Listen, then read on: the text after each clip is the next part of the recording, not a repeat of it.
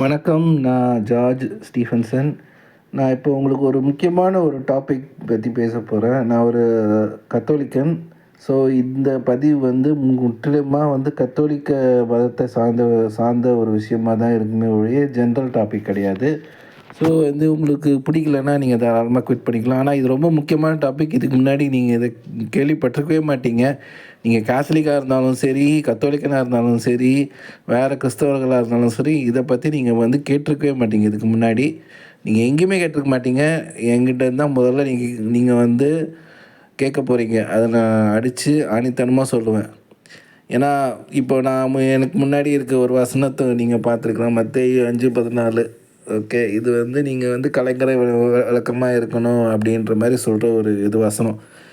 இதை நீங்கள் கேட்டிருப்பீங்க நிறைய வாட்டி உங்களுக்கு அட்வைஸாக வழங்கியிருப்பாங்க. உங்களுக்கும் என்னடா இது, நம்மளே பிரச்சனையில் வந்துருந்தோம், நம்மளே இப்படி அப்படி நம்ம மேலே ஒரு பெரிய குறைய தூக்கி போட்டு நம்ம என்னமோ ரொம்ப கெட்டவங்க மாதிரி, அவங்களாம் என்னமோ ரொம்ப நல்லவங்க மாதிரி, நீங்கள் ஒழுங்காக இருக்கணும், அதுவாக இருக்கணும், அந்த மாதிரிலாம் அட்வைஸ் நிறைய பேர் பண்ணியிருப்பாங்க. இதுதான் இந்த வசனத்தை நீங்கள் வந்து இதுக்கு முன்னாடி வேறு எங்கேயாவது கேட்டிருந்தீங்கன்னா உங்களுக்கு கண்டிப்பாக அந்த மாதிரி அட்வைஸ்லாம் தான் உங்கள் காதில் வந்து விழுந்திருக்கும். அது ரொம்ப போரிங் சர்மானாக இருக்கும். என்னடா இது, இந்த மாதிரிலாம் வந்து சொல்கிறாங்க. இல்லை உங்களுக்கு வந்து ஒரு வேளை நீங்கள் வந்து சரி இது நல்லா இருக்குன்னு கூட நீங்கள் யோசிச்சிருக்கலாம். ஆனால் இந்த வசனத்துக்கு இன்னொரு முகம் ஒன்று இருக்குது. இந்த வசனம் வந்து நீங்கள் யூஸ்வலாக யோசிக்கிற மாதிரி இல்லாமல் இதுக்கு இன்னொரு முகம் ஒன்று இருக்குது. அந்த முகம் என்ன, அந்த உள்ளார்ந்த அர்த்தம் என்னன்றதை பற்றி தான். ஏன்னா அதை வந்து நீங்கள் யாருக்கும் எங்கேயுமே யாருக்கு சொல்லியும் கேட்டிருக்க மாட்டீங்க. இதுதான் உலகத்தில் நீங்கள் எங்கே வேணால் போங்க, இதுக்கு இப்படி ஒரு அர்த்தம் உள்ளார்ந்த அர்த்தம் இருக்கான்றது யாருக்கும் புரியாது. அது என்னடான்னா இது வந்து உண்மையிலே என்ன, தன்னோட சீடர்களை தான் வந்து சீடர்கள்னால் வந்து அவர் வழி பின்பற்றுறவங்களை தான் வந்து நீங்கள் வந்து கலங்கரை விளக்கமாக இருக்கிறீங்க அப்படின்னு சொல்கிறார். ஓகே, அப்படின்னா அவரோட வார்த்தையை பின்பற்றி வாழ்கிற மக்கள் எத்தனையோ பேர் அதுக்கப்புறமா இறந்ததுக்கு அப்புறமாவும் கூட வந்து எத்தனையோ பேர் இருந்தாங்க. ஓகே, அது நீங்கள் நல்லாவே புரிஞ்சுக்கணும். அவர் இறந்ததுக்கப்புறமா கூட, இறந்து உயிர் தெழுந்ததுக்கப்புறமா கூட வந்து நிறைய பேர் வாழ்ந்தாங்க. அப்போ அவங்களாம் வந்து கலங்கரை விளக்கமாக இருந்தாங்களா, இந்த உலகத்துக்கு கலங்கரை விளக்கமாக இருந்தாங்களா அப்படின்னு தான் பார்க்க போகிறோம். ஓகே, அதாவது கத்தோலிக்க இதில் சொல்லணும்னா புனிதர்கள் உண்மையிலே கலங்கரை விளக்கமாக இருந்தாங்களா, இதுதான் அது எந்த அளவுக்கு உண்மை, அது எந்த அளவுக்கு நம்மளுக்கு வந்து வாழ்க்கையில் ஒளி ஏற்ற மாதிரி அவங்க எந்த அளவுக்கு இருந்தாங்க. புரியுதா? உண்மையிலே வந்து புனிதர்கள் அவங்க இருந்தாங்க, இவங்க இருந்தாங்க. புனிதர்கள் இருந்தாங்கன்னா உடனே மாயாஜாலம் பண்ணுவாங்க, அது பண்ணுவாங்க, இது பண்ணுவாங்கன்னு இல்லாமல் அந்த மாயாஜாலம் அந்த இது எல்லாத்துலேயுமே உங்களுக்கு என்ன கிடைக்க போகுது, கடவுள் உண்மையிலே என்ன ட்ரை பண்ணார். ஓகே, அந்த மேஜிக் அதில் எத்தனையோ மேஜிக்லாம் சொல்லியிருக்காங்க. அதாவது மேஜிக்ன்றதை விட புதுமைகள், மனுஷன் வந்து உயிர்த்தெழுந்து வைக்கிறது அளவுக்கு கூட வந்து புதுமைகள் வந்து எத்தனையோ பேர் செஞ்சுருக்கிறாங்க.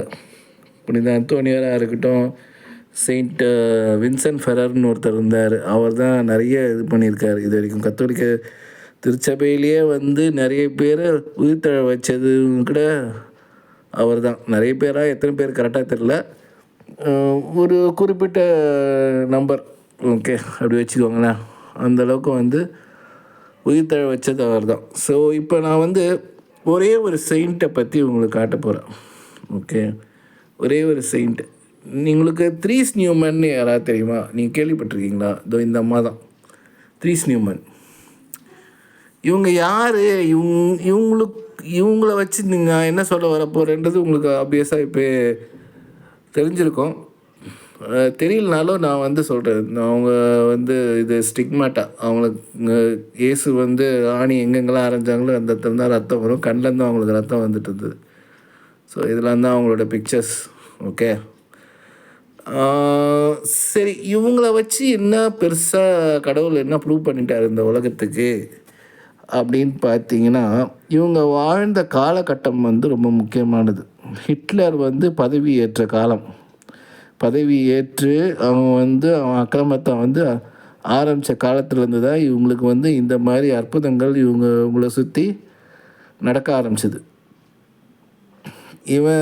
இந்த அம்மா வீட்டில் இருந்து 20 கிலோமீட்டரில் தான் கான்சன்ட்ரேஷன்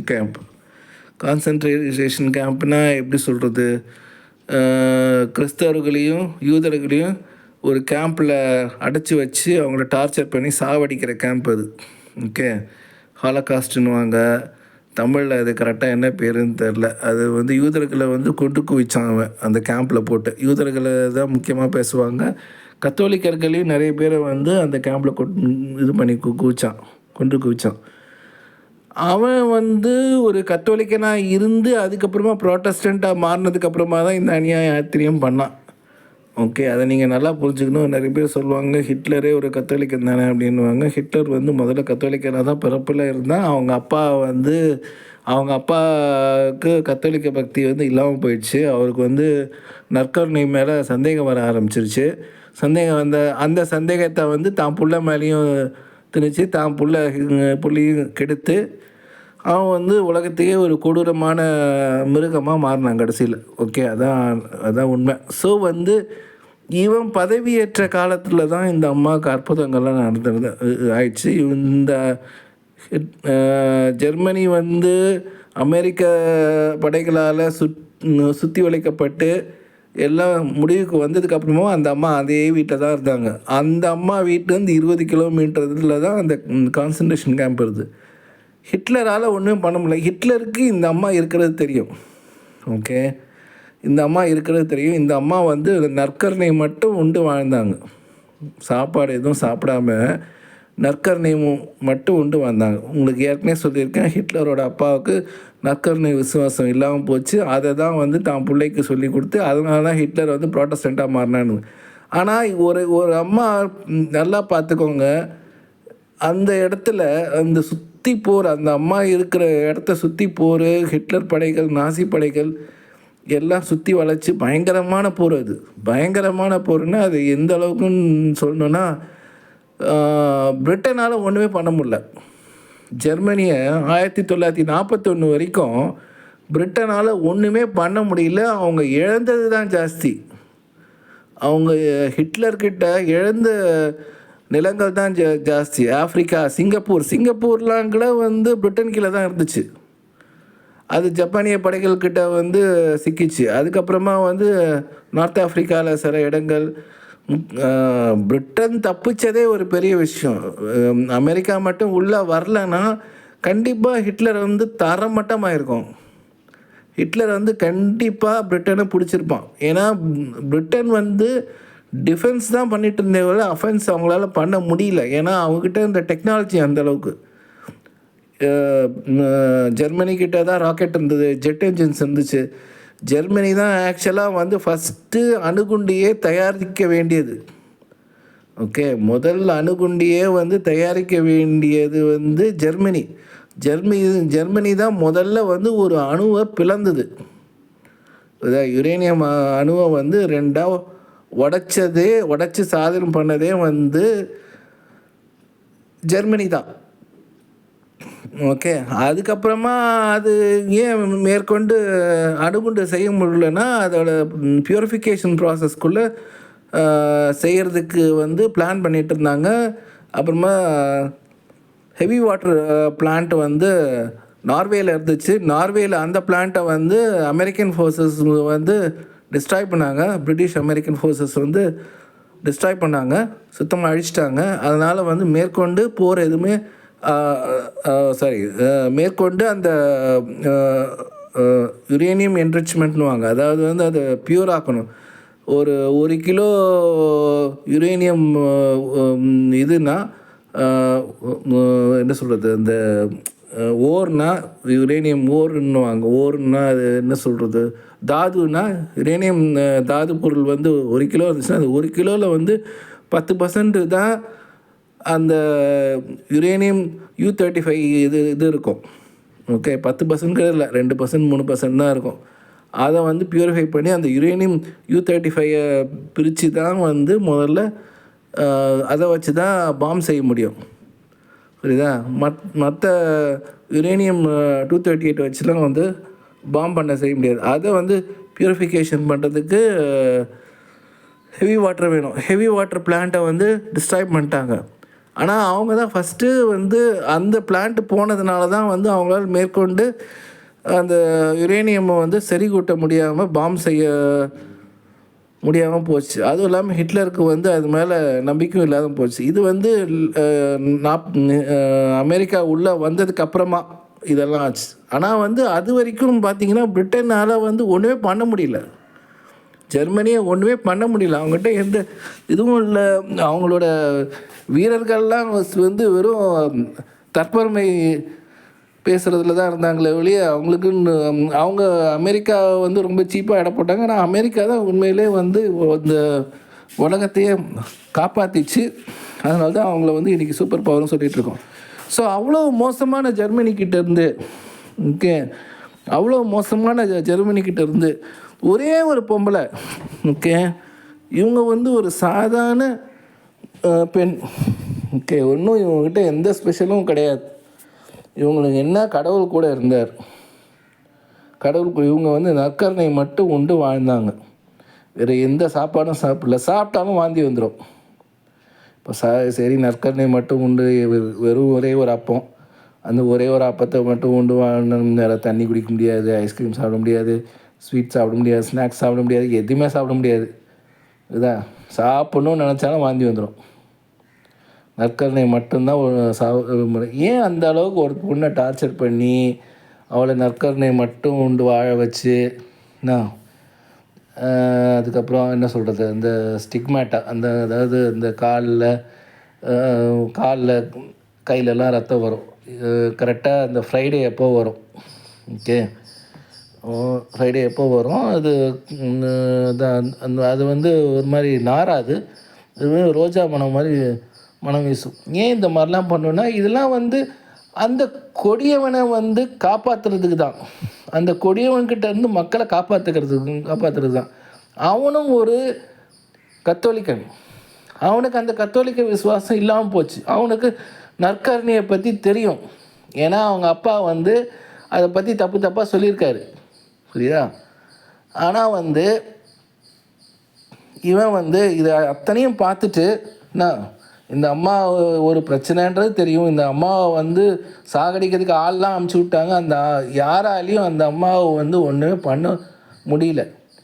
நீங்கள் என்ன ஹிட்லர் எவ்வளோ மோசமானவன், ஹிட்லருக்கு என்னென்னலாம் இருந்துச்சுன்னு சொன்னால் இன்னும் கூட உங்களுக்கு வந்து ஷாக்கிங்காக இருக்கும். இப்போ இருக்கிற அமெரிக்காவோட லேட்டஸ்ட்டு B2 ரைடர் பாமர் கிட்ட வந்து அவனோட ஃப்ளையிங் விங் டெக்னாலஜி தான். அவன் வந்து ஃப்ளையிங் விங் டெக்னாலஜி வச்சு ஒரு பாமர் ஒன்று செஞ்சான். அந்த பாமரை காப்பி பண்ணி தான் இப்போ இருக்க மாடர்ன் US பாமரோட இதுவே இருக்குது. இதான் ஃப்ளையிங் விங் டெக்னாலஜி. உங்களுக்கு பார்த்தா தெரியும், வெறும் ஒரு விங் மட்டும்தான் இருக்கும், வேறு எதுவுமே இருக்காது அதில். புரியுதா? அந்த இது வந்து அந்த பாம் வந்து ஜெர்மன் டெக்னாலஜி. ஆக்சுவலாக ஜெர்மனிக்கிட்டேருந்து காப்பி அடித்தது. ராக்கெட் டெக்னாலஜிலாம் வந்து ஜெர்மனிக்கு இது பண்ணது. ஜெட் என்ஜின்ஸ்லாம் வந்து ஜெர்மனி பண்ணது. இன்றைக்கி இருக்கிற ஜெட் என்ஜின்ஸ், ராக்கெட்டு, அந்த ஃப்ளைங் விங்கு, அது இது எல்லாமே வந்து ஜெர்மன்ஸு தான். பிரிட்டன்கிட்ட என்ன இருந்துச்சுன்னா உலகத்தை சுற்றி வளைச்சி போட்டு நான் தான் ராஜான்னு சொல்லிட்டு கிடந்தான், அவ்வளோதான். மற்றபடி கொஞ்சம் ஓவராக தற்பெருமை பேசிக்கிட்டு நம்ம ஆளுங்க மாதிரியே அவனும் இருந்தான். மற்றபடி அமெரிக்கா வந்து பூந்து அடி நடித்து அவன் ஒன்றும் இல்லாமல் ஆக்கி, பிரிட்டனை ஒன்றும் இல்லாமல் ஆக்கி, அதுக்கப்புறமா ஜப்பான் மேலே எப்படி அணுகுண்டு வீசினான்னு கேட்டால், இந்த அணுவை பிளந்த ஜெர்மனியோட விஷயம் வந்து அவங்க காது கெட்டி, இதுக்கிட்ட சாத்தியம் உண்டா, இது இப்படி கிட்ட பண்ண முடியுமா அப்படின்னு யோசித்து அதுக்கப்புறமா அதில் பல ஆயிரம் பேரை வந்து இறக்கி, அதுக்கப்புறமா அதுக்குள்ளே பெரிய ரிசர்ச் எல்லாம் பண்ணி, புரியுதா, அந்த ரிசர்ச்சில் இருந்து வந்தது தான் வந்து ட்ரினிட்டி பாம் டெஸ்ட்டு. அதாவது ஜப்பானுக்கு போட்டதுக்கு முன்னாடியே வந்து ட்ரினிட்டி பாம் டெஸ்ட்டுன்னுவாங்க. அந்த பாம் டெஸ்ட்டு பண்ணி ஓகே, அதுக்கப்புறமா தான் ஜப்பான் மேலே பாம்பை தூக்கி போட்டாங்க. சரி, இதெல்லாம் வரலாறு. ஸோ வந்து இப்பேற்பட்ட ஜெர்மனிக்கிட்டேருந்து இந்த அம்மா வந்து எப்படி தப்பிச்சிருப்பாங்கன்னு யோசிச்சு பாருங்கள். அதுவும் அந்த அம்மா வந்து வந்து நல்லா தெரியும். ஜெர்மனியில் அந்த அம்மா இருக்கிறது ஹிட்லருக்கும் தெரியும். ஹிட்லரை வந்து அந்த அம்மாவுக்கும் தெரியும். அந்த அம்மா வீட்டிலேருந்து 20 கிலோமீட்டர் தள்ளி தான் அந்த கான்சன்ட்ரேஷன் கேம்ப்பு. அந்த கான்சன்ட்ரேஷன் கேம்பில் எத்தனையோ கத்தோலிக்கர்கள் வந்து செத்து போனாங்க. கத்தோலிக்கர்கள் மட்டும் இல்லை, யூதர்களும் செத்து போனாங்க. ஹிட்லரை எதிர்த்தவங்க எல்லாம் அங்கே தான் உட்காந்துட்டு இருந்தாங்க. அது வேறு விஷயம். நிறைய கான்சன்ட்ரேஷன் கேம்ப் இருந்துச்சு. அந்த கான்சன்ட்ரேஷன் கேம்ப்ஸ்லலாம் வந்து இந்த மாதிரி எல்லாம் இருந்தாங்க. ஓகே. ஆனால் கூட இந்த அம்மாவை தூக்கி அந்த இடத்துல வந்து வைக்க முடியலை. புரியுதா? நீங்கள் அதை நல்லா புரிஞ்சுக்கணும் அந்த விஷயத்தை. கடவுள் வந்து எப்படி தன்னுடைய புனிதர்கள் மூலியமாக இந்த குடியவர்களை வந்து அவங்களோட கொடிய இதிலிருந்து நம்மளை காப்பாற்ற முற்பட்டிருக்காரு அப்படின்றத நீங்கள் பார்க்கணும். புரியுதா? இவரை வந்து கடவுள்கிட்ட யாரும் போயிட்டு கேட்கல, ஜெர்மனிக்கிட்டேருந்து எங்களை காப்பாற்றுங்கன்னு கேட்கல, ஒன்றும் கேட்கல. ஜெர்மனி 2ஆம் உலகப் போரில் இறங்குன்றதும் வந்து யாருக்குமே தெரியாது, யாருமே எதிர்பார்க்கல. அதாவது முதல் உலகப் போர்லேயே வந்து அவங்கள வந்து அசிங்கப்படுத்தி கேவலப்படுத்தி அனுப்பிச்சிட்டான் பிரிட்டன். ஆனால் திருப்பி அவன் வந்து 2ஆம் உலகப் போரில் வந்து இறங்கி திருப்பி ஒரு பெரிய போர் பண்ணுவான் அப்படின்றது வந்து யாருமே எதிர்பார்க்கல. ஆனால் வந்து அந்த போர் பண்ணுறத வந்து ஃபாத்திமா ரகசியத்தில் சொன்னாங்க மாதா, தேவமாதா வந்து சொன்னாங்க. அதை வந்து யாரும் பெருசாக எடுத்துக்கல. இதை விட பெரிய போர், முதலாம் உலகப் போரை விட பெரிய போர் வந்து ஒன்று ஆகும் சொன்னாங்க. அதே மாதிரி 2ஆம் உலகப் போர் வெகு சீக்கிரத்துலேயே வந்துச்சு. ஸோ வந்து கடவுள் வந்து நம்மளுக்காக வந்து இந்த மாதிரி புனிதர்களை உருவாக்கி அந்த உலகப்போரை வந்து தடுக்கிறதுக்கு எவ்வளோ முயற்சி பண்ணார். முதல்ல சொல்லிட்டார் உலகப்போர் வரப்போகுதுன்னு. தன் தாய் மூலியமாக வந்து இதுக்கு முன்னாடி, அதாவது 2ஆம் உலகப்போர் வரப்போகுதுன்றதும் சொல்லிட்டார். இதான் வந்து அதே இடத்துல அவன் அந்த ஜெர்மனி அந்த இருக்கிற அதே இடத்துல அந்த ஹிட்லர் இருந்த அதே இடத்துல அது பக்கத்துலேயே அவன் வீட்டுக்கிட்டேயே வந்து இந்த அம்மாவை வந்து உருவாக்கி வச்சு இந்த அம்மாவை வந்து அவன் அடிக்கவும் போனான். தன்னுடைய படைகளை அனுப்பிச்சு இந்த அம்மாவை வந்து அரெஸ்ட் பண்ணி கூட்டு வாங்கன்னு சொன்னான். ஆனால் எத்தனையோ வாட்டி ட்ரை பண்ணியும் கூட அவங்களால ஒன்றுமே பண்ண முடியல. அது நீங்கள் நல்லா புரிஞ்சுக்கணும். அவ்வளோ சக்தி வாய்ந்த ஜெர்மனி படைகளால் இந்த ஒரு சாதாரண ஒரு லேடி, இவங்க பின்னாடி ஒரு ஆர்மியும் இல்லை, ஒன்றுமே கிடையாது. இவங்கள வந்து அவனால் ஒன்றுமே பண்ண முடியல. ஓகே. இப்போது இதிலேருந்து நீங்கள் வந்து கடவுளோட சக்தியை நீங்கள் புரிஞ்சுக்கணும், நற்கருணையோட சக்தியை நீங்கள் புரிஞ்சுக்கணும். புரியுதா? ஸோ இதுக்கு மேற்கொண்டு உங்களுக்கு நற்கருணையை பற்றி சில சின்னதில் கொஞ்சம் லென்த்தாக தான் போகும். அது கொஞ்சம் அட்ஜஸ்ட் பண்ணிக்கோங்க. ஏன்னா வந்து நற்கருணையை பற்றி சொல்லணுன்னா நிறைய சொல்லிக்கிட்டே இருக்கலாம். புரியுதா? ஸோ இதில் பார்த்திங்கன்னா வந்து யோவான் 6:56 6:56 இந்த 15:5-6 திராட்சை கொடி இதை பற்றி சொல்லியிருப்பார். அவரோட இணைஞ்சிருக்கணும் அப்படின்னு சொல்லியிருப்பார். அவரோட இணைஞ்சிருக்கணும்னு இருக்கவங்க தான் இருக்கிற கொடி தான். அதாவது கொடி வந்து அந்த மரத்தோடு இணைஞ்சிருந்தால் தான் அந்த கொடிக்கு வந்து உயிர் இருக்கும். மரத்தோடு இணைஞ்சிருக்காத கொடி வந்து செத்து போயிடும். அது மாதிரி இணைஞ்சிருக்கணும் அப்படின்னு சொல்லியிருக்காரு. அப்படி இணைஞ்சிருக்க விஷயம் என்னென்னு பார்த்தோன்னா அவர் கொடுக்குற நற்கருணை. இது வந்து உடலாலையும் உள்ளத்தாலையும் நம்மளை வந்து ஒன்று சேர்க்கும். நீங்கள் எந்த அளவுக்கு உடலோட உள்ளத்தோடு இந்த நற்கருணையோடு இணைஞ்சிருக்கிறீங்கன்றதும் முக்கியம். சும்மா வந்து நற்கருணையை வாங்கிட்டேன் அதோட சேர்ந்து இருந்தாச்சுன்றது இல்லை. அதையும் தாண்டி இந்த நற்கருணையோடு எந்த அளவுக்கு உடலாலையும் உள்ளத்தாலையும் இணைந்திருக்கிறீங்கன்றதும் முக்கியம். ஸோ வந்து நற்கருணை வாங்கிறது மட்டும் முக்கியம் இல்லை, நற்கருணையோட உடலாலையும் உள்ளத்தாலையும் நீங்கள் வந்து இணைஞ்சிருக்கணும். அதை நீங்கள் வந்து நல்லா புரிஞ்சுக்கணும். ஓகே. ஸோ அதை பற்றி அவர் சொல்லியிருப்பார். அதே மாதிரி நீங்கள் 6:53 பார்த்தீங்கன்னா, யோவான் 6:53 பார்த்தீங்கன்னா, இயேசு அவர்களிடம் உறுதியாக உங்களுக்கு சொல்கிறேன், மானிட மகனுடைய சதையை உண்டு அவருடைய இரத்தத்தை குடித்தால் வழியே நீங்கள் வாழ்வு அடைய மாட்டீர்கள். அதாவது உங்களுக்கு வந்து லைஃபே கிடையாது. ஓகே. நீங்கள் வந்து செத்து போன கொடி மாதிரி தான். அதுதான் அந்த முன்னாடி 15:5-6 என்ன சொல்லிக்கிறாரோ அதே தான் இங்கேயும் வந்து இது வந்து நற்கருணையோடு எப்படி உங்களை இணைத்து கொள்வது அப்படின்றது. நற்கருணைன்றது ஒன்றும் இல்லை, உயிர்த்தெழுந்த இயேசு அப்பத்தின் வடிவாக நம்மளோடு இருக்கிறார். புரியுதா? நற்கருணையோடு இணைந்து வாழணும், நற்கருணைன்றது வந்து இயேசுவோட புது வடிவம். ஓகே, உயிர்த்தெழுந்த இயேசுவோட புது வடிவம் தான் நற்கருணை. ஓகே, வேறு ஒன்றும் கிடையாது. நற்கருணை புதுசாக நற்கருணைன்னு பேர் வச்சுருக்கோம். அதை வந்து ஜீவாப்பம்னு சொல்லலாம், ஏன்னா லிவிங் பிரெட்டுன்னு சொல்லலாம், வாழ்வு தரும் அப்பம்னு சொல்லலாம். ஆனால் அப்பம்ன்ற வார்த்தையும் யூஸ் பண்ண மாட்டீங்க, ஏன் வந்து நற்கருணைன்னு ஒரு பேரை வச்சுருக்கீங்க? நற்கருணைனா ஒரு குறிப்பிட்ட ஒரு பொருளை தான் அது குறிக்கும். முதல் விஷயமே அதுதான். நற்கருணைனா ஒரு குறிப்பிட்ட பொருளை தான் குறிக்கும். அது வேறு வாழ்க்கையில் யூஸ் பண்ணுற வேறு எந்த பொருளையும் குறிக்காது. இப்போ அப்பம்லாம் எடுத்துக்கிட்டிங்கன்னா அப்பம்ன்றது இருக்குது. இதுதான் அப்பம்ன்றது நம்ம வாழ்க்கையில் நம்ம சாப்பிட்ற சாப்பாடு நிறைய அப்பம் இருக்குது, ஆப்பம் இருக்குது. இவங்க அப்பம்னு சொல்ல போய் அப்பன்னு ஆகிடும் வந்து கடைசியில்.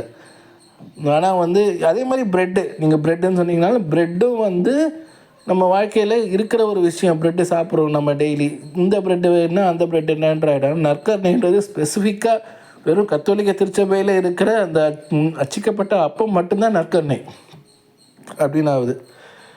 ஸோ இது எந்த அளவுக்கு உண்மை, இது இன்னத்தை அப்பம் என்ன கொடுத்தாரு, எப்போ அப்பத்தை கொடுத்தாரு, எப்போ திராட்சை ரசம் கொடுத்தாருன்னா வந்து கரெக்டாக அவருக்கு இறப்புக்கு முன்னாடி பெரிய வியாழனப்போ கடைசி ராவு இருந்தப்போ வந்து அவர் வந்து நற்கருணையை ஸ்தாபிக்கிறார். அதாவது அந்த புதிய உடன்படிக்கையின் அப்பமையும் ரசத்தையும் வந்து அவர் வந்து ஸ்தாபிக்கிறார். ஓகே, அதுதான் புதிய உடன்படிக்கை. இங்கே நீங்கள் பார்க்கலாம், நீங்கள் வந்து கடவுளை போற்றி திருவிருந்து கிண்ணத்தில் இருந்து பருகிறோமே, அது கிறிஸ்துவின் இரத்தத்தில் பங்கு கொள்ளுதல் அல்லவா? அவரோட இணைஞ்சிருக்கோம், அவர் ரத்தத்தோடு நம்ம வந்து இணைஞ்சிருக்கோம். அப்பத்தை பிட்டு உண்ணுகிறோமே, அது கிறிஸ்துவின் உடலில் பங்கு கொள்ளுதல் அல்லவா? ஸோ இது வந்து நீங்கள் பார்த்தீங்கன்னா அதே தான் நற்கருணை பற்றி பவுல் சொல்கிறது. இது புதிய உடன்படிக்கையை வந்து முதல்ல உண்டாக்குற இடம் வந்து நீங்கள் வந்து லூக்காலையும் பார்க்கலாம். புரியுதா? மத்தேயு, மார்க்கு, இந்த 3 இதுலேயும் வந்து இருக்கும். மத்தேயுவில் இருக்குது, மத்தேயு 26, 28, அப்புறம் மார்க் 14, 22, 24, இதில் எல்லாத்துலேயும் வந்து நற்கருணையை ஸ்தாபிக்கிறது பற்றி சொல்லியிருப்பாங்க. புதிய உடன்படிக்கைன்னு சொல்லியிருப்பாங்க, இயேசுவின் உடன்படிக்கைன்னு சொல்லியிருப்பாங்க. எல்லாமே ஒன்று தான். புதிய உடன்படிக்கை, இயேசுவின் உடன்படிக்கை எல்லாமே ஒன்று தான். ஓகே, ஒரே சம்பவத்தை தான் வந்து வேறு விதமாக வந்து சொல்லியிருப்பாங்க.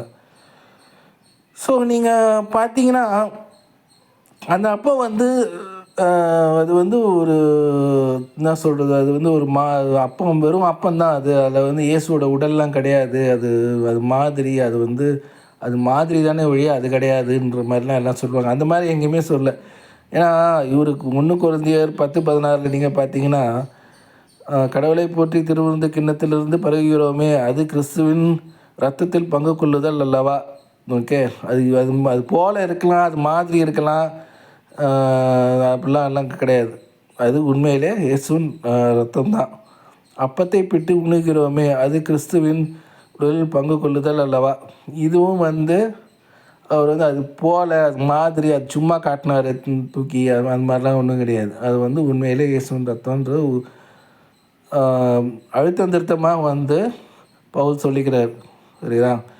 நீங்கள் அப்புறமா வந்து இதில் நிறைய வசனங்கள் போட்டிருக்கேன். நீங்கள் இந்த வசனங்கள்லாம் வேணால் தேடி பார்த்து என்னான்னு பாருங்கள். அப்புறம் வந்து வேறு சில விஷயங்கள் உங்களுக்கு சொல்லலாம், பட் அதுக்கு டைம் இருக்குமான்னு தெரியல.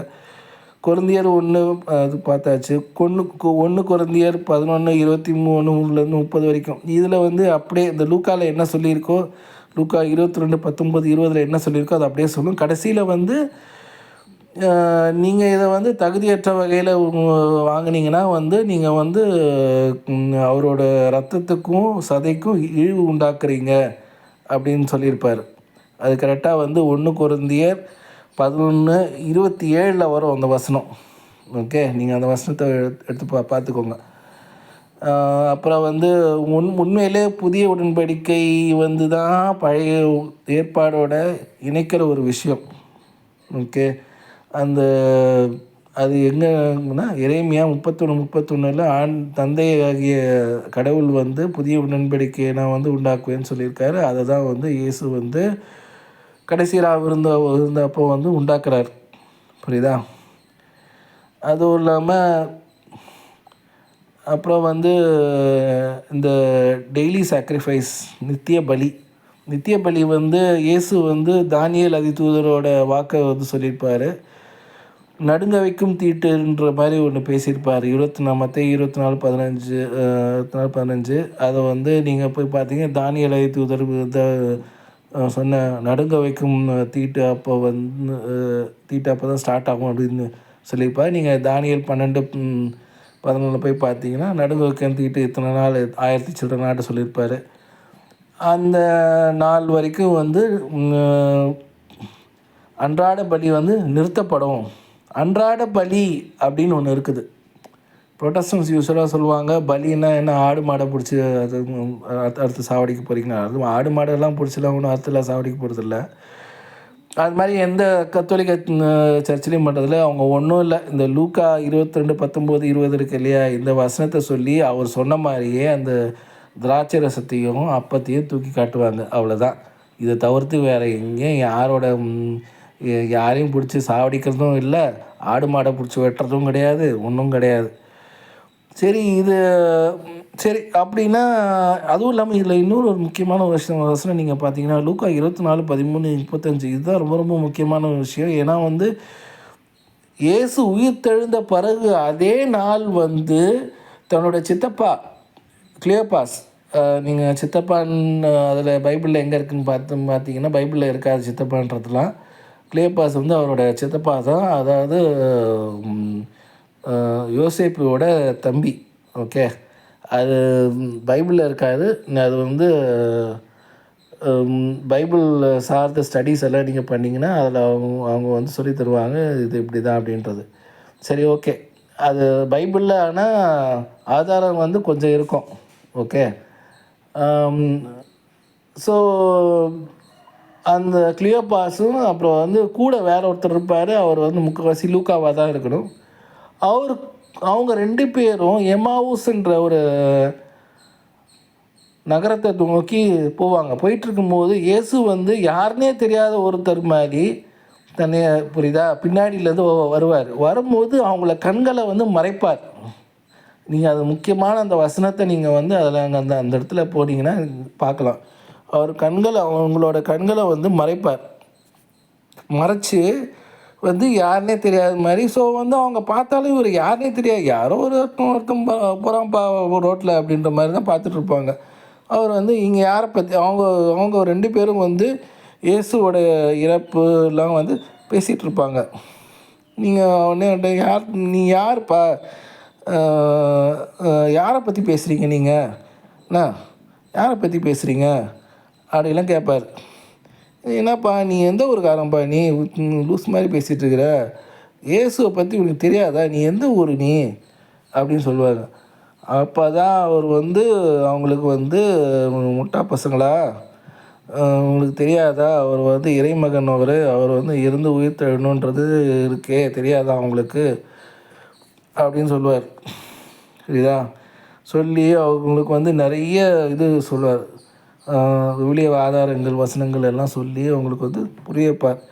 அதுமா கடைசியில் அவங்க இதெல்லாம் பேசிகிட்டு இருக்கும்போது கூட அவங்களுக்கு அவரை யாருன்னு தெரியாது. ஏன்னா இவர் வந்து அவங்களோட கண்களை முழுசாகவே மறைச்சிருப்பார். இவர் வந்த விஷயம் இவரை வெளிப்படுத்துறதுக்காக.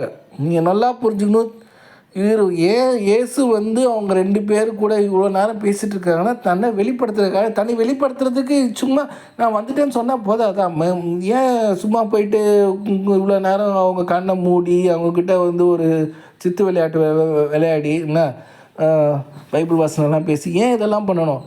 இத்தனை இவ்வளோ நேரம் ஆகியும் கூட அவர் இயேசுன்னு தெரியாது, யாரோ ஒருத்தர் அப்படின்ற மாதிரி தான் அவங்களுக்கு வந்து தெரியும். இவர் தான் இயேசு, இவர் தான் வந்து சிலுவையில் அரைஞ்சாங்க, இவங்க தான் வந்து உயிர்த்தெழுந்திருக்காரு அப்படின்றது அவங்களுக்கு அது வரைக்கும் தெரியாது. ஆனால் அவர் வந்ததுக்கு அவர் ஏன் வந்தாருன்னா தன்னை வெளிப்படுத்துறதுக்காக. அவர் எப்படி வெளிப்படுத்துகிறாரு மட்டும் பாருங்கள். அவர் எப்படி வெளிப்படுத்துகிறாருன்றது தான் இங்கே முக்கியமான விஷயம். புரியுதா? இந்த நற்கருணை இதை பற்றி பேசும்போது இந்த விஷயத்தை அப்படியே சைட்லைன் பண்ணிவிடுவாங்க. இதுதான் ரொம்ப முக்கியமான விஷயம். ஏன்னா இவர் எப்படி வெளிப்படுத்துகிறாரு பாருங்கள். அவ்வளோ தூரம் பேசுகிறாரு. கடைசியில் வந்து சாயந்தரம் ஆயிடுது. பேசி பேசி பேசி பேசி சாயந்தரம் ஆயிடுது. சாயந்தரம் ஆன பிறகு அவங்க என்ன சொல்கிறாங்க, சரி என் கூட வாங்க, சாப்பிட வாங்க, நீங்கள் நல்லா பேசுங்க. இல்லைப்பா நான் தூரம் போகணுமா. இல்லைப்பா நீங்கள் இல்லை சார் நீங்கள் வாங்க, என்ன பேசுங்க, சாப்பிட்டு போங்க, எங்களோட உட்காந்து சாப்பிட்டு போங்க. அவர் உட்காந்துருக்கும்போது நான் எங்களோட தங்கும் ஏனெனில் மாலை நேரம் ஆயிற்று. அவர் பந்தியில் இருக்கும்போது அவர் அப்பத்தை எடுத்து கடவுளை போற்றி பிட்டு அவர்களுக்கு கொடுத்தார். ஓகே, அவர் அவ்வளோ நேரம் நீங்கள் உடனே சொல்லலாம் 3 நாள் சாப்பிடாம இருந்தார்ல, வந்து சாப்பிட்றதுக்காக வந்துருப்பார் மனுஷன் அப்படின்னு. அப்படிலாம் கிடையாது. அவர் சாப்பிடலாம் அங்கே வரல. அவர் பிட்டு கொடுத்த உடனே அவர் கண்களை அவர் கண்களை வந்து இயேசு வந்து அவர்களோட கண்களை திறந்த உடனே அவங்க வந்து அடையாளம் கண்டு கொண்டார். ஸோ வந்து இங்கே வந்து தன்னையே வந்து ஒரு நற்கருணையாக ஒரு அப்பா அம்மா தன்னையே வெளிப்படுத்தி, இந்த அப்பத்தில் நீங்கள் இனிமேல்ட்டு என்னை தேடுங்க, இனிமேல்ட்டு வந்து என்னை வந்து இயேசு அந்த பழைய உருவத்தில் தேடாதீங்க, நான் அப்பா வடிவில் உங்களோட நான் வாழ போகிறேன்றதை வந்து அவர் இங்கே அழுத்தம் திருத்தமும் சரி. ஏன்னா வேறு எதுவுமே பண்ணலை அவர். ஓகே, முதல்ல வந்த உடனே பின்னாடிலேருந்து வந்தார். பின்னாடிலேருந்து வந்தவுடனே நான் வந்துட்டேன்னு சொல்லியிருக்கலாம், அதுவும் சொல்லலை. கண்ணை மறைச்சார். சரி, கண்ணை மறைச்சிட்டு கொஞ்ச நேரம் கழிச்சு சொல்லியிருக்கலாம், சொல்லவே இல்லை. பைபிள் வசனமாக பேசினார். சரி அப்போவா சொல்லியிருக்கலாம், அப்பவும் சொல்லலை. சரி சாயந்தரம் ஆச்சு உட்காந்து சாப்பிட்டு போங்கன்னு சொன்னபோது நான் எங்கேயோ போகிறேன்னாரு. அவங்க ஹோஸ்ட் பண்ணி உட்கார வச்சாங்க. சாப்பிடும் போது கரெக்டாக இந்த அப்பத்தை மட்டும் தூக்கி காட்டி தன்னை இது பண்ணார். அப்படின்னா என்ன அர்த்தம்? அவரை வந்து தன்னை வெளிப்படுத்துறதுக்காக தான் தன்னை அப்பா வடிவில் நான் இனிமேல்ட்டு இருக்க போகிறேன், இயேசுவான் மரியாள் மகனான நான் இனிமேல்ட்டு வந்து உங்கள் கூட வந்து மனித உருவில் இல்லாமல் அப்பா உருவில் உங்கள் கூட இருப்பேன். அந்த அப்பத்தை தான் நாங்கள் வந்து நற்கருணைன்னு சொல்கிறோம். இதா நற்கருணைன்ற பேர் வச்சுருக்கோம். அதுக்கு அப்பான்னு சொல்லியிருக்கலாமேன்னு கேட்டேன்னா அது ஏற்கனவே சொல்லியிருக்கேன். அது அப்பம் வந்து ஆப்பம் ஆகிடும். அதுக்கப்புறம் அப்பத்துக்கும் எந்த வித்தியாசமும் இருக்காதுன்றதுக்காக அது வந்து நற்கருணைன்னு சொல்லிட்டு நன்றி கூறுதல், தேங்க்ஸ் கிவிங்னுவாங்க, நன்றி கூறுதல்னுவாங்க. அதுக்கு மீனிங் நற்கருணை யூக்கரிஸ்டுக்கு அர்த்தம். ஓகே, அது அந்த பேரை வச்சுருக்காங்க. அதில் எந்த தப்பும் இல்லை. அது சரியான ஒரு இது தான். ஸோ வந்து இதுதான் முக்கியமான விஷயம். இது வந்து அந்த 12 சீடர்கள் அவங்க கூட இல்லை. 12 சீடர்கள் வந்து கூட இல்லை. அவங்கெல்லாம் வந்து வேறு இடத்துல இருந்தாங்க. சீடர்கள் இவ்வாறு பேசிக்கொண்டு இயேசு அவர்கள் நடுவில் நின்று இதில் வந்து நீங்கள் பார்த்தீங்கன்னா 30 எங்கேயும் அப்போது அவர்கள் ஒருவர் நோக்கி வழியில் அவர் நம்மோடு பேசி அந்நேரமும் அவர் புறப்பட்டு அவர்களோடு இருந்த குழுமி இருக்க கண்டனர். 11 அங்கே இந்த 33வது வசனம் பார்த்தீங்கன்னா தெரியும். 11 பேர் வந்து போய் இவங்க போய் அந்த 11 பேரை பார்த்தாங்க. ஓகே, அந்த 11 பேரை இவங்க 2 பேரும் போய் பார்த்தாங்க. ஸோ வந்து இவங்க 2 பேரும் வந்து 12 சீடர்களுக்கு இது கிடையாது, அந்த இதில் வந்தவங்க கிடையாது. இவங்க வந்து தனி.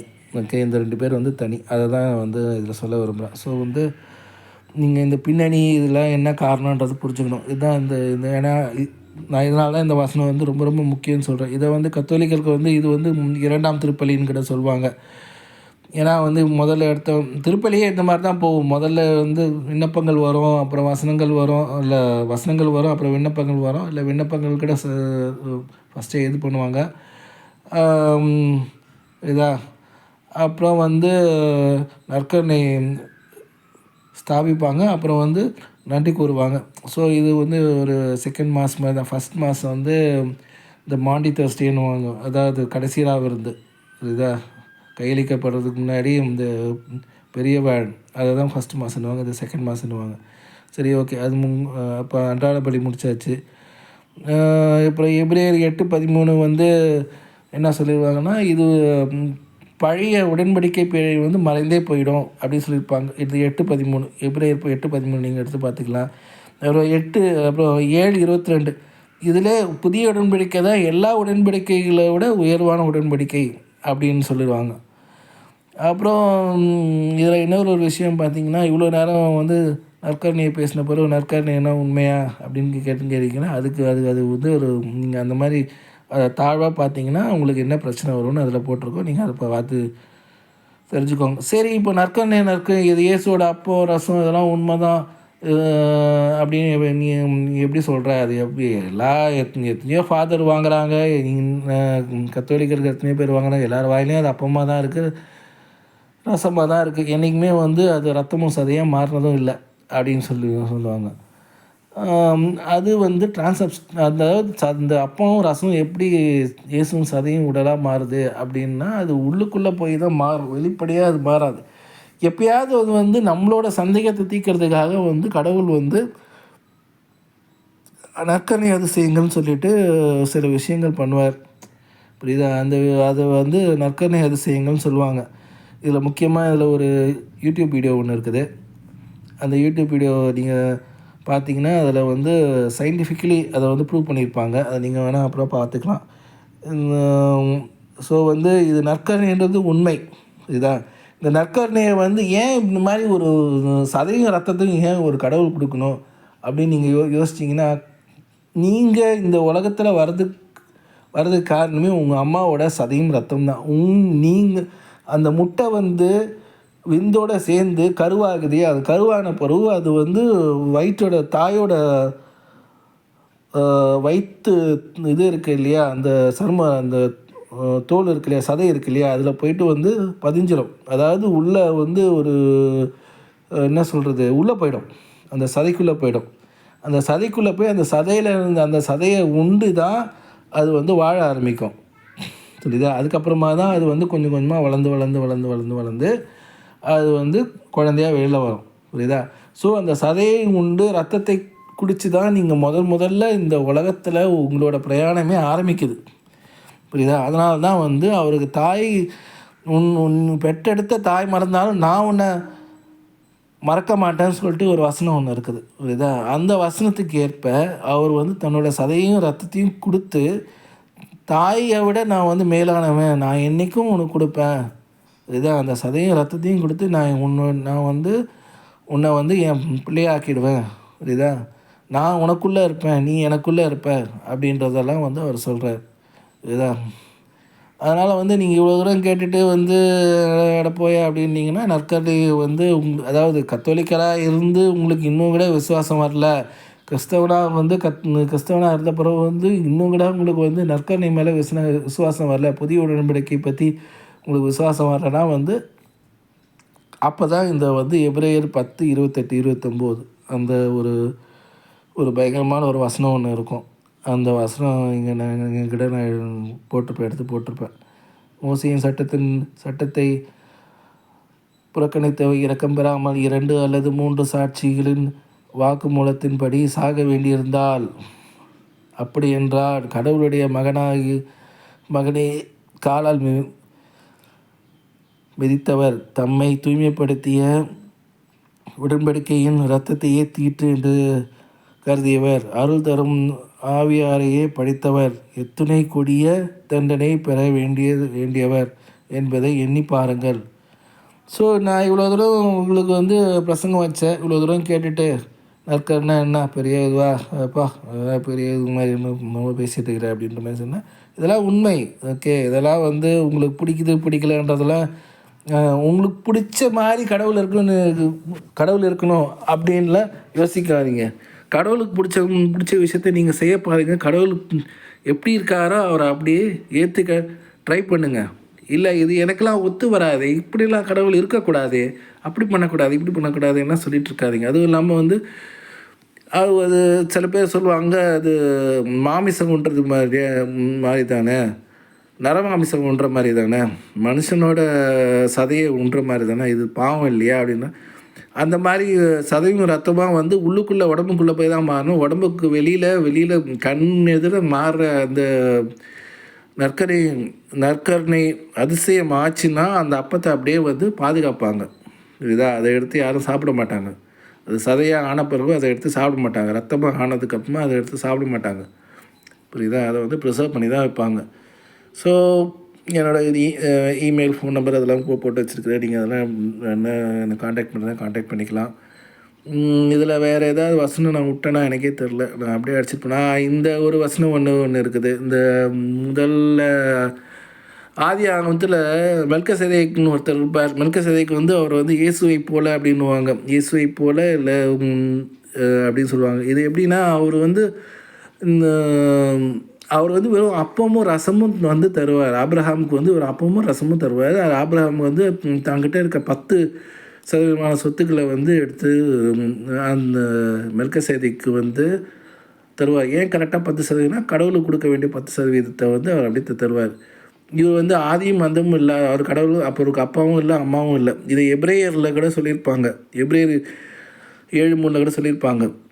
அதுவும் இல்லாமல் இயேசுவே வந்து யோவான் 8:58 வந்து நான் அப்ரஹாமுக்கு முன்னாடி இருந்தேன். அப்ரஹாமுக்கு முன்னாடி இருந்தேன்னா அப்ரஹாமோட தம்பியோ அண்ணனோ இல்லை, அண்ணன் சித்தப்பா எல்லாம் கிடையாது, இல்லை ஃப்ரெண்டுலாம் கூட கிடையாது, ஓகே, இல்லை டீச்சர்லாம் கூட கிடையாது. அண்ணா அப்ரஹாம் வாழ்ந்த காலத்தில் நான் அவர் வேறு யாருக்கும் மகனாக பிறந்து வந்து அப்ரஹாம் முன்னாடி வந்து நிற்கலை.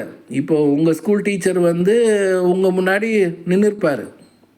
அவர் வந்து உங்கள் அப்பாவுக்கு பிறந்த பிள்ளையும் கிடையாது, ஒன்றும் கிடையாது. அவர் யாருக்கோ பிறந்து யாருக்கோ வந்து உங்களுக்கு டீச்சராக உங்கள் முன்னாடி வந்து இருந்திருப்பார். நல்லா பார்த்துக்கோங்க. ஒரு நோவா முன்னாடி அந்த மாதிரி சொல்லியிருந்தானா அப்போது நோவாவுக்கு முன்னாடி அவர் இல்லையா? அப்ரஹாம் காலகட்டத்தில் தான் அவர் வாழ்ந்தாரா? அதுக்கு அந்த காலகட்டத்திலேருந்து தான் பிறந்து வாழ்ந்துருந்தாரான்ற மாதிரி அர்த்தம். இவர் அந்த மீனிங்கில் சொல்ல அவர் முன்னாடி நான் அப்ரஹாமுக்கு முன்னாடி நின்றுட்டு இருந்தேன்னு தான் சொல்கிறார். ஸோ வந்து இதை மெல்கிசேதேக்கு வந்து ஒரு இயேசுவா அப்படின்னா வந்து ஒரு இயேசு மாதிரி. எபிரேயரில் வந்து அப்படி என்ன சொல்லுவாங்க, இயேசு மாதிரி. அதாவது மரியாளின் மகன், மரியாள் ரத்தமும் சதையும் கொண்ட மகன் தான் புதிய உடன்படிக்கை. அந்த புதிய உடன்படிக்கையை முன்னமே வந்து அவர் வெளிப்படுத்தக்கூடாது. அது தப்பு இல்லையா? புதிய உடன்படிக்கை அவர் கையில் வச்சுருக்கிறது அப்பவும் ரசம் புதிய உடன்படிக்கைன்னு இதுதான்னாலும் வந்து அவர் வந்து தனியே வந்து வெளிப்படுத்தக்கூடாது அந்த இடத்துல. ஏன்னா வந்து கடவுள் தந்தையோட இதை தான் வந்து எண்ணத்தை நிறைவேற்றுறது தான் இயேசுவோட தலையான கடமை. ஸோ தந்தைக்கு வந்து புதிய உடன்படிக்கை அறிவிக்கிறதுக்கு முன்னாடியே புதிய உடன்படிக்கையோட உடலை எடுத்துன்னு வந்து காட்ட முடியாது. அதனால் அந்த உடல் மட்டும் வேறு, அந்த ஆன்மா ஒன்று தான். இயேசுவோட ஆன்மா தான் அப்ரஹாமுக்கு முன்னாடி நின்றுச்சு. ஆனால் அந்த உடல் வந்து இயேசு உடல் இல்லை. மரியாளின் மகன், யூதர்கள் அரசன் நாசரேத்து இயேசு கிடையாது, ஓகே. அது வந்து உங்களுக்கு சொன்னால் புரியாது. அது வந்து அப்படி தான் அது, ஓகே. இந்த கடவுள் வந்து எந்த காலத்துக்கும் பொருட்களுக்கும் பொருந்தாதவர், அதுக்கு அப்பாற்பட்டு இருக்கிறவர். இதெல்லாம் அவருக்கு வந்து ஒரு பெரிய விஷயமே இல்லை. இப்போ கூட நற்கருணை எத்தனையோ இடங்களில் வந்து ரத்தமும் சதையும் மாறுது. ஏன்னா அந்த ரத்தமும் சதையும் யாருன்னு பார்த்தோன்னா அவரோட திரு இருதயத்திலிருந்து வந்த சதை. அந்த திரு இருதயத்திலிருந்து வந்த சதை எப்போ வந்துச்சுன்னா அவர் சிலுவையில் தொங்கிட்டு இருக்கும்போது, அறையப்பட்டு தொங்கிட்டு இருந்தபோது அந்த நேரத்தில் அவர் இதயத்திலேருந்து பித்தெடுக்கப்பட்டு நம்மளுக்கு வந்து தரார். இதெல்லாம் எப்படி சாத்தியம்? இதெல்லாம் முடியுமா ஒரு மனுஷனால் கண்டிப்பாக முடியாது. மனுஷனால் இதுதான் முடியும். மனுஷனால் சிலுவையில் தொங்குறதுக்கு நமக்கிட்ட தான் கஷ்டம். அதுக்கு என்ன பண்ண முடியும்? அந்த மாதிரிலாம் லூஸ்தரமாலாம் கேட்கக்கூடாது. கடவுளால் இல்லாதது ஒன்றுமே இல்லை, புரியுதா? இதுக்கு நீங்கள் வந்து இன்னும் ஜாஸ்தி போடணுன்னா போகலாம், புரியுதா? இன்னும் நீங்கள் குவாண்டம் ஃபிசிக்ஸ்லாம் போனீங்கன்னா உங்களுக்கு வந்து எத்தனையோ மிஸ்ட்ரியாக, அதாவது சப்பாட்டமிக் பார்ட்டிகல்ஸோட மிஸ்ட்ரி வந்து எங்கேயோ போகுது. அதெல்லாம் எப்படி அந்த மாதிரிலாம் இருக்குன்றதெல்லாம் கூட யாராலும் இது வரைக்கும் சரியாக கண்டுபிடிக்க முடியலை, ஓகே. ஸோ வந்து அந்த மாதிரிலாம் இருக்குது. ஸோ இப்போ பார்த்தீங்கன்னா ஸோ அதுதான் அந்த அவர் மெல்கிசேதேக்கு வந்து இயேசு மாதிரி, இயேசு இல்லை, ஆனால் இயேசுவோட ஜீவன், சாரி, ஆவி அவருக்குள்ளே இருந்தது. அதுதான் வந்து ஸோ அவருக்கு கிட்ட இருந்தது அந்த அப்பமும் ரசம் வேறு எதுவும் இல்லை, புதிய உடன்படிக்கையின் அப்பமும் ரசம். இதுதான் இயேசுவே புதிய உடன்படிக்கையின் வெளிப்பாடு தான். அது எப்படி சொல்கிறது, அது ரொம்ப டீப்பாக போகும். அதாவது தன்னையே வந்து இயேசுவை வந்து மரியாளின் மகனே வந்து ஏன் அது இது பண்ணியிருக்கலாமேன்னா அது கொடுக்கக்கூடாது. ஆனால் அந்த அப்பமும் ரசமும் வந்து அப்ரஹாமுக்கு வந்து கண்டிப்பாக கொடுக்கும். புதிய உடன்படிக்கையில் அப்ரஹாம் வந்து கண்டிப்பாக பங்கேற்றுக்கணும். ஏன்னா வந்து அப்ரஹாம் வந்து ஒரு சாதாரண ஆளும் கிடையாது. புரியுதா? யாரையா ஒரு அப்ரஹாம் ஒரு கிழமை இருந்தால் அவர் புள்ள இருந்துச்சு, அவர் பிள்ளைய வெட்ட போனாங்க, பிள்ளை கடவுள் வேணான்னாரு, அவ்வளோதான். அவர் வந்து எல்லாருக்கும் தந்தைன்ற மாதிரி, பல தேசங்களுக்கும் தந்தை. ஓகே, அந்த மாதிரி அவர் வந்து ரொம்ப முக்கியமான ஆள். புரியுதா? அவருக்கு வந்து புதிய உடன்படிக்கை கண்டிப்பாக கொடுக்கணுன்றதுக்காக இயேசு வந்து மெல்கிசேதேக்குன்ற தேகத்தில் வந்து தன்னோட இயேசுன்ற ஆவியாக இருந்து, அது எப்படி சொல்கிறதுனே தெரில எனக்கு, அது ரொம்ப காம்ப்ளெக்ஸ். அது வந்து உடல் மெல்கிசேதேக், ஆவி இயேசு. அதனால தான் இயேசு வந்து நீங்கள் நல்லா பாருங்கள், யோவான் 8:58, ஓகே, நல்லா 8:58 போய் பாருங்கள். நான் அவர் முன்னாடி இருந்தேன்னா அவருக்கு முன்னாடி ஏன் நோவாக்கு முன்னாடி இருந்தேன்னு சொல்லியிருக்க வேண்டியது தானே, ஆதாமுக்கு முன்னாடி இருந்தேன்னு சொல்லியிருக்க வேண்டியது தானே.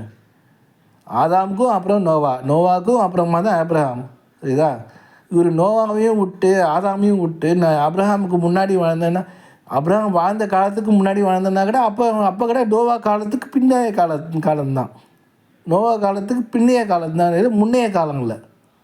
நோவாவுக்கு முன்னாடி பிறக்கலை, நோவாவுக்கு பின்னாடி தான் வருதார். சரிதா? அப்படி தான் வருது கதை. ஸோ அந்த மாதிரி ஏன் சொல்லணுன்றது நல்லா யோசிச்சு பாருங்க. இதுதான். அதே சமயத்தில் எபிரேயரில் வந்து 7:3 வந்து ஒரு ஆதியும் மந்தம் இல்லாதவர்ன்றதெல்லாம் சொல்லியிருப்பாங்க.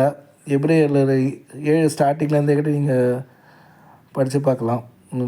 அப்புறம் வேறு எதாவது வசனம் விட்டேன்னா எனக்கே தெரில. வேறு எதாவது வசனம் உங்களுக்கு ஞாபகம் வந்துச்சுன்னா நீங்கள் சொல்லலாம்.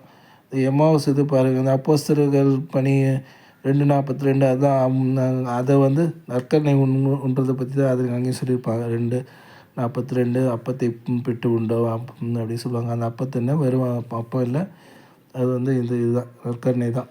இதுதான் இது நிறைய புரோட்டஸ்டன்ட் சபையில் இதெல்லாம் கிடையாது. இதுதான் புரோட்டஸ்டன்ட் சபையில் வந்து இதெல்லாம் ஒன்றுமே புதிய உடன்படிக்கையினாலே அது உண்டாக்கவே படலைன்னு சொல்கிற புரோட்டஸ்டன்ட்லாம் கூட நான் பார்த்துருக்கேன். அதுதான் இருக்கிறதுலே கொடுமை. அப்படின்னா நீ எந்த கடவுளை கும்புறன்னு என்ன சொல்கிறது? இயேசுன்ற பேர் வந்து ரொம்ப காமன். அவரோட உண்மையான பேர் வந்து இயேசு இல்லை, தமிழில் சூன்னுவாங்க, ஷூ தான் வரும். யெஷுவா. இந்த யெஷுவான்ற பேர் பைபிளில் நிறைய இடங்களில் வரும். யெஷுவான்ற பேர் வந்து யூதர்கள் நிறைய யூஸ் பண்ணுறது, மரியான்ற பேரும் நிறைய யூஸ் பண்ணுறது, ஜோசப்ன்ற பேரும் நிறைய யூஸ் பண்ணுறது. உங்களுக்கே தெரியும், பழைய ஏற்பாடில் ஜோசப்னு ஒருத்தர் இருந்தாருன்ட்டு, இல்லையா? ஸோ வந்து இதெல்லாம் சாதாரண பேர்கள் தான். ஸோ வந்து இவங்க எந்த இயேசுவை கும்பிட்றாங்க? புதிய உடன்படிக்கைனாலே என்னன்னு தெரியாது என்ன, அதில் பங்கேற்கிறதும் கிடையாது. இப்போ அதுவும் இல்லாமல் யார் வேணால் சும்மா ஒரு அப்பத்தை எடுத்து ரசத்தை தூக்கி காட்டினா அது உடனே அந்த அப்பம் வந்து இயேசுன் சதையாகவும் அந்த ரசம் வந்து இயேசுன் ரத்தமாக மாறணும்? கண்டிப்பாக மாறாது. ஏன்னா வந்து ரோமன் கத்தோலிக்க திருச்சபையில் மட்டும்தான் இது ஆகும், வேறு எங்கேயுமே நடக்காது, வேறு எந்த திருச்சபையிலும் நடக்காது. அதாவது போப்பு கீழே வர எல்லா கோயில்கள்லையும் எப்போ ஆகும், புரியுதா? அது வந்து வெளிப்படையாகவே சில வேலை ரொம்ப ஆகும், புரியுதா? நற்கருணை அதிசயங்கள் புக்கு வேணால் இருக்குது, நான் வேணால் உங்களுக்கு வந்து லிங்க் வேணால் போட்டு விட்றேன். எத்தனையோ அதிசயங்கள் வந்து நடந்திருக்குது, புரியுதா? நான் ஒரு வெப்சைட் தரேன், இந்தியாவிலேயே அந்த புக்கு விற்கிறாங்க, ஒரு 250 ரூபாய்க்கு விற்கிறாங்க அந்த புக்கு. நீங்கள் வேணால் அதை வாங்கி பாருங்கள், இங்கிலீஷில் இருக்கும். தமிழில் கூட நற்கருணை அதிசயங்கள் புக்கு எங்கேயாவது இருக்கா, லைப்ரரியில் போனீங்கன்னா கிடைக்கும், பாருங்கள். ஓகே, இல்லைனா கூட சைட்டில் போனீங்கன்னா யூக்கரிஸ்டிக் மிரக்கிள்ஸ்னு இருக்கும். முக்கியமாக இந்த யூடியூப் வெப்சைட்டை பாருங்கள். பார்த்தீங்கன்னா அதில் வந்து அதில் வந்து சயின்டிஃபிக்காக அந்த டாக்டர் சொல்கிறதே வந்து உங்களுக்கு தெரியும். ஸோ வந்து நற்கரை அதிசயங்கள் வந்து அது அதான் இப்போது ஃபைனலாக நான் வந்து பழைய டாபிக் ஓகே சயின்ஸ் எல்லாம் கலங்கரை விளக்கமாக இருக்கிறாங்களாம் கேட்டால் இருக்கிறாங்க. அதுக்கு உதாரணம் மாதிரி யாருன்னு பார்த்தீங்கன்னா இந்த மாதிரி சயின்ஸ் புரியுதா, இந்த மாதிரி சயின்ஸ் நான் சொன்னேன் இல்லையா, த்ரீஸ் நியூமன் சொன்னேன் இல்லையா, தான் இவங்கள மாதிரி சயின்ஸ் வந்து எத்தனையோ இது மாதிரி 10,000க்கும் மேற்பட்ட கலங்கரை விளக்கங்கள் சயின்ஸ் புனிதர்கள் ஆண்டவர் சொன்ன புனிதர்கள் பல்வேறு காலகட்டங்களில் கத்தோலிக்க திருச்சபையை வந்து வழி நடத்தி செஞ்சுருக்காங்க. எத்தனையோ காலகட்டங்களில் வழி மாறி இருந்த காலகட்டங்களில் புனிதர்கள் தோன்றி வந்து அவங்கள வந்து இந்த கத்தோலிக்க திருச்சபையும் சரி பக்தர்களையும் சரி வழி நடத்தியிருக்காங்க. இவங்க வந்து அவனை தடுக்க பார்த்தாங்க, அவனுக்கு புரிய வச்சாங்க, அவன் கண்ணு முன்னாடியே இருந்துச்சு, அவன் ஒரு குருட்டுக்கண்ணா அவன் பார்க்கல, அதுக்கு ஒன்றும் பண்ண முடியாது இது. ஆனால் வந்து அந்த வார் தொடங்குன்றதையும் வந்து ஃபாத்திமா இது மாதா வந்து சொன்னாங்க. ஃபாத்திமாவில் மாதா வந்து காட்சி அளித்தாங்க, அப்பவும் சொன்னாங்க. அதுக்கப்புறம் இவங்கள வச்சும் வந்து அதை ஸ்டாப் பண்ண பார்த்தாங்க, முடியலை. புரியுதா நடந்துச்சு. இதெல்லாம் காரணம் என்னென்னா நற்கருணை விசுவாசம் இல்லாமல் போகிறதுனால தான். ஹிட்லரே பார்த்தீங்கன்னா மார்ட்டின் லூதர் பேச்சு கேட்டு தான் இந்த மாதிரிலாம் பண்ணிகிட்டு இருந்தான். மார்ட்டின் லூதர் என்ன சொன்னால் யூதர்களெல்லாம் அடித்து சாவடிக்கணும், அவங்ககிட்ட இருந்து இதெல்லாம் பிடுங்கி கான்சன்ட்ரேஷன் கேம்பில் போடணும், அதை தான் வந்து ஹிட்லர் பண்ணான். இதுதான் மார்ட்டின் லூதர் என்ன பண்ணான்னு பார்த்தீங்கன்னா வந்து நீங்கள் ஜெர்மன் பெசன்ட் வார்னு ஒன்று ஆச்சு. அது நீங்கள் பார்த்தீங்கன்னா அவன் வந்து பல லட்சக்கணக்கான பேரை வந்து சாவடித்தான். இதுதான் இவன் முதல்ல வந்து அவங்கக்கிட்ட வந்து என்ன சொல்லியிருக்கிறான், மார்ட்டின் லூதர் போய் என்ன சொல்லியிருக்கிறான், இந்த மாதிரி வந்து பிரபுக்கள் கிட்ட இருக்க சொத்தெல்லாம் உங்களுது அப்படின்னு சொல்லியிருக்கான். அவங்க வந்து காசு ஒழுங்காக தரல, புரியுதா சொல்லியிருக்கான். இவங்க உடனே பிரபுக்களை போயிட்டு அவங்க சொத்துக்களை வந்து கையாள பண்ண ஆரம்பித்தாங்க. என் வாயை வச்சுட்டு சும்மா இல்லாங்க, அவங்கள வெட்டி கொண்டு போடு, அவங்கள வெட்டி கொண்டு போடுங்க அப்படின்னு சொல்லிட்டு யார் பக்கம், யூதர் பிரபுக்கள் பக்கம் சேர்ந்து வந்து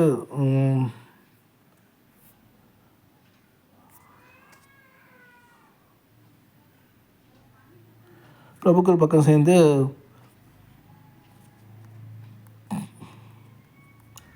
சொன்ன வார்த்தையே இருக்கும்.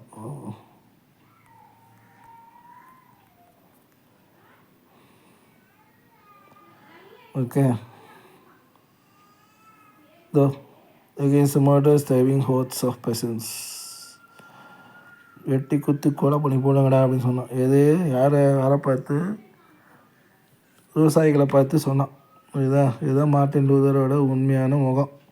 இவனை தான் பெரிய செயின்ட் ஆட்டம் உண்டாக்கி நற்கருணைனா ஒன்றும் இல்லை அப்படி இப்படிலாம் சொல்லி இவன் தான் திருச்சபையை உடைச்சி நாசம் பண்ணான். இவனே ஒரு கத்தோலிக்க ஃபாதர் தான். இதுதான் இங்கே இது உலகம் எந்த அளவுக்கு மோசமாக இருக்குது காரணமே வந்து நற்கருணை விசுவாசம் இல்லாதது தான் ஒரே காரணம்.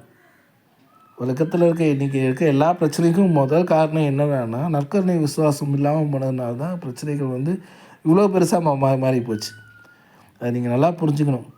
அதே சமயத்தில் புனிதர்கள் எத்தனையோ பேர் வந்து நற்கருணைக்கு வந்து சாட்சியமாக இருந்தாங்க. புனித அந்தோனியார் வந்து கழுதைக்கு வந்து நற்கருணையை தூக்கி காட்டினார். அந்த கழுதை வந்து அது அவ்வளோ பசி, 2-3 நாளாக பசியாக இருந்த கழுதை அந்த புல்லை தின்னாமல் நற்கருணை கிட்ட வந்து வணங்கி நின்று இருந்தது. இது அந்தோனியார் பண்ணது. அப்புறமா செயின்ட் கிரெகரி, நிறைய புனிதர்கள் வந்து நற்கருணை அதிசயங்கள் பண்ண நற்கருணையினால் வாழ்ந்திருக்காங்க. நற்கருணையினால் சாப்பிடாம இருக்கிறதுனால என்ன லாபம்னா இந்த மாதிரி விஷயத்துக்காக தான். நற்கருணையில் வந்து இப்போ பார்த்திங்கன்னா ஒரு இடத்துல வந்து என்கிட்ட வரவங்க வந்து சாப்பிட இந்த சதையை உண்டு ரத்தத்தை குடிக்கும்போது பசி இராது அப்படின்னு சொல்லியிருப்பார் ஒரு இடத்துல. இங்கப்பா அது இயேசு வாழ்வு தரும் உணவு தானானே, என்னிடம் வருபவருக்கு பசியே இராது, என்னிடம் நம்பிக்கை கொண்டிருக்கும் இருப்பவருக்கு என்றுக்குமே தாகம் இராது. இந்த வசனத்தின்படி தான் இந்த அம்மா வாழ்ந்திருக்காங்க. இந்த அம்மா ஏன் அப்படி வாழ்ந்தாங்கன்னா ஹிட்லரோட மனசை கேவலமான மனசை மாற்றுறதுக்காக அந்த ஆள் கடைசி வரைக்கும் மாறல. கடைசி வரைக்கும் அந்த ஆள் பண்ணுறது ஏதோ செஞ்சுட்டு இருந்தான்.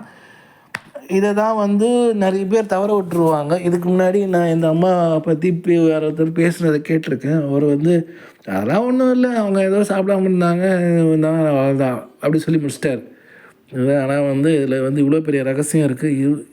அதே மாதிரி அந்தோனியாரும் அதிகமாக ஏன் ஒரு கழுதைக்கு நற்கருணை வந்து மனுஷங்களுக்கு தானே, நாய் கழுதைக்கெல்லாம் உண்டாக்கல ஒரு ஒன்றும், கழுதைக்கு ஏன் காட்டணும் அப்படின்னு பார்த்தா அப்பவும் விசுவாசம் இல்லை, நற்கருணை விசுவாசம் இல்லை. நற்கருணை விசுவாசத்தை கொண்டு வரதுக்காக தான் அவர் வந்து அந்த மாதிரி பண்ணார். மக்களுக்கு வந்து நல்வழிப்படுத்த அவர் காலகட்டங்களில் ப்ரொட்டஸ்டன்ஸ் மாதிரி ஒரு கூட்டம் ஒன்று இருந்துச்சு. அந்த கூட்டத்தை வந்து அவர் வந்து கம்ப்ளீட்டாக வந்து அவர் ஒன்றும் இல்லாமல் பண்ணி நற்கருணை விசுவாசத்தை ஏற்படுத்தி கத்தோலிக்க திருச்சபையை நிலைநாட்டினார். இது மாதிரி புனிதர்கள் தான் வந்து கலங்கரை விளக்கமாக இருந்தது கத்தோலிக்க திருச்சபையை இது வரைக்கும் பாதுகாத்துன்னு வந்தாங்க. அந்த வசனத்துக்கு அது எங்கேருந்து வந்ததுன்னா இந்த வசனத்தோட வெளிப்பாடு தான். ஓகே, அதுதான் இவ்வளோ நேரம் நான் உங்கள்கிட்ட வந்து கத்தி சொல்லிகிட்டு இருந்தேன். 5:14 இந்த வசனத்தோட வெளிப்பாடாக தான் புனிதர்கள் இருக்கிறாங்க. புனிதர்கள் வந்து நற்கருணை விசுவாசத்தை பரப்பி அது மூலயமா வந்து மக்களை வந்து நிலைநாட்டி இயேசுவோட ஒன்றிக்க வச்சு வாழ வச்சுருக்காங்க.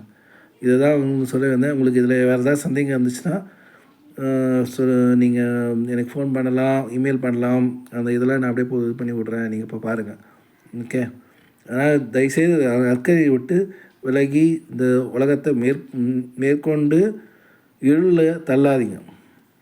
நற்கருணையை விட்டு நீங்கள் விலகி போக போக இந்த உலகம் வந்து இன்னும் மோசமாக போயிட்டு தான் இருக்கும். உங்களால் ஒன்றுமே பண்ண முடியாது. நற்கருணையோடு எந்த அளவுக்கு இணைந்துக்கிறீங்களோ, இயேசுவோட எந்த அளவுக்கு, நற்கருணைனா இயேசுவோட எந்த அளவுக்கு இணைகிற, இயேசுவோட இணையணுன்னா நற்கருணையோட நீங்கள் இணைஞ்சிருக்கணும். புரியுதா? திராட்சை கொடி வந்து மரத்தோடு இறைஞ்சிருந்தாதான், மரன்றது இயேசுன்றது யார்? நற்கருணையோட இணைஞ்சிருந்தால் தான் உங்களுக்கு வந்து வாழ்க்கை, இல்லைனா இல்லை, அவ்வளோதான். இதை சொல்கிறது தான் நான் இவ்வளோ தூரம் வந்தேன். இந்த வீடியோ கண்டிப்பாக உங்களுக்கு யூஸ்ஃபுல்லாக இருந்திருக்கும். இது மாதிரி உங்களுக்கு யாரும் சொல்லி கொடுத்துருக்க மாட்டாங்க. இது வரைக்கும் நீங்கள் கேட்டிருந்தீங்கன்னா ரொம்ப சந்தோஷம். தேங்க்யூ. பாய்.